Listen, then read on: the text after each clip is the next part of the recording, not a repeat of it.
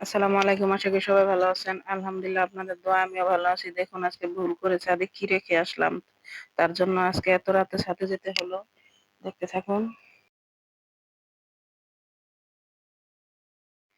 এই বাড়িটার সাথে আমাদের অনেক স্মৃতি জড়িয়ে আছে। কারণ এই বাড়িটার ভিতরে অনেক বছরই থাকা হলো। ঢাকা যতদিন ধরে থাকি বেশিরভাগ দিনই এই বাড়িটার ভিতরেই কাটালাম।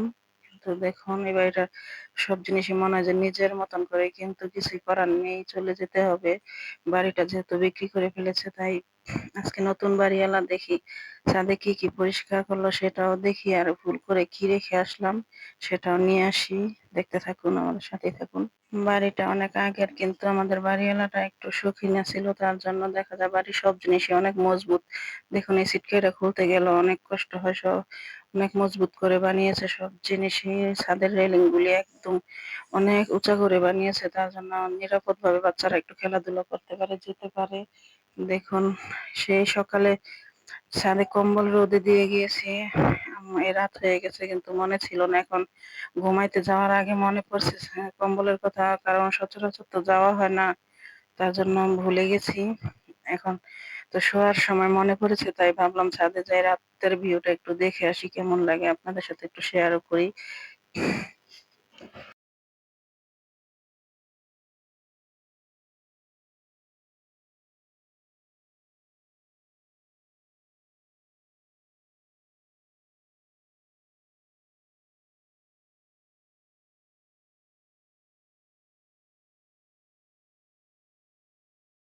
দেখুন পাশের বাড়ির সবজি গাছগুলো কি সুন্দর লাগতেছে, রাতের বেলা দেখতে খুব ভালো লাগতেছে, তাই ভাবলাম একটু ভিডিও করি।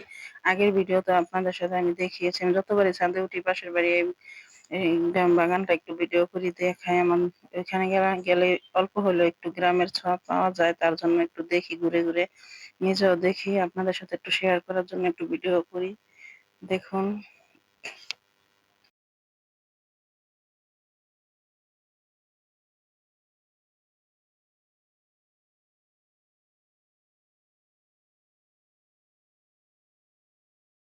দেখুন আমাদের নতুন বাড়িওয়ালা এখানে অনেকগুলো কাঠ শুকাইতে দিয়েছে, আর এদিকে দেখুন আমাদের এক দোতলার এক ভাবি তালের বড়াগুলো রেখেছিল, কিন্তু মনের ভুলে নিতে মনে নেই। আজকে বাড়িওয়ালা যখন ছাদ পরিষ্কার করেছে তখন এগুলো চোখে পড়েছে। এখন দেখা যায় এগুলো সব হালকা হয়ে গেছে। এটা আর আগে খাওয়ার দরকার ছিল ভিতরে ফোকরাটা, কিন্তু এখন শুকায় গেছে। আমি তার সানির আব্বু আর আমি দেখতাছি, কিন্তু ভাবতাছি যে এগুলো একেবারে নষ্ট হয়ে গেছে, এগুলোর ভিতরে আর এখন কিছু নেই, পচে গেছে।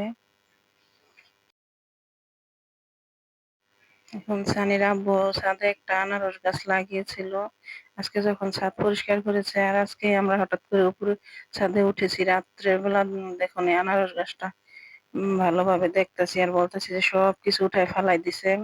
ছাদের রেলিংটা পরিষ্কার করেছে, কিন্তু এই আনারস গাছটা রেখেছে। আর এখানে একটা ডালিম গাছ লাগিয়েছিল তাফিয়ার আব্বু, কিন্তু এই গাছটা নাই, তাই ঘুরে ঘুরে দেখতেছে আর খুঁজতেছে, কিন্তু নেই। পরিষ্কার করছে তো এটা মনে হয় একটু চোখে পড়ে নাই, মরে গেছে, তার জন্য ফালাইয়া দিছে উঠাইয়া। ছাদে একটা কলও আছে। এই জায়গাটা পুরো একটা রেলিং বানিয়ে রেখেছিল বাড়িওয়ালা, গাছ গাছলা বোনার জন্য। যখন তারা ছিল তখন এখানে অনেক গাছ ছিল। এখন বাড়িওয়ালা থাকে না অনেক বছর ধরে, কিন্তু আমরাই নিজেরাই থাকছি, তার জন্য আমাদেরই বেশি কষ্ট লাগে এই বাড়িটার জন্য। কবে যেন যেতে হয় গা জানি না, কিন্তু এখন মনে হয় আর বেশি দিন থাকতে পারবো না, যেহেতু নতুন বাড়িওয়ালা সে নাকি ভেঙে একটু অন্যরকম করবে, তাহলে তো আর আমরা থাকতে পারবো না। আমি দেখতেছি ঘুরে ঘুরে সবকিছু পরিষ্কার করেছে, দেখুন আজকে।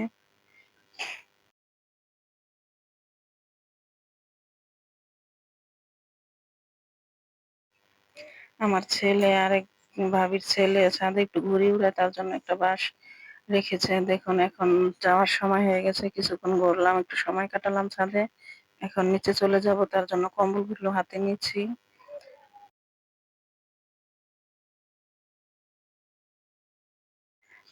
একটু নিচের দিকে তাকিয়ে দেখতেছি। দেখুন দেখলে বোঝা যায় যে ছাদের রেলিং গুলি কত উঁচু করা। নিচে দেখতে গেলে একটু দেখুন দেখলে বোঝা যায় যে রেলিং গুলি কতটা উঁচা।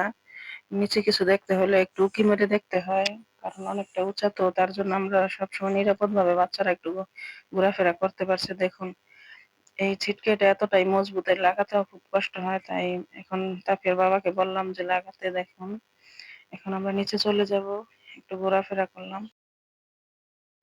এখন রাত্র 12:30 বাজে। 12:30 বাজে দেখুন দেখা যায় দোতলা 3 তলা সবাই মনে হয় ঘুমিয়ে গেছে, কিন্তু আমরা ঘুম আসিনি, আমরা ঘুমিয়ে যেতাম, কিন্তু কম্বলটা নিতে আসার কারণে একটু সময় লেট হয়ে গেল।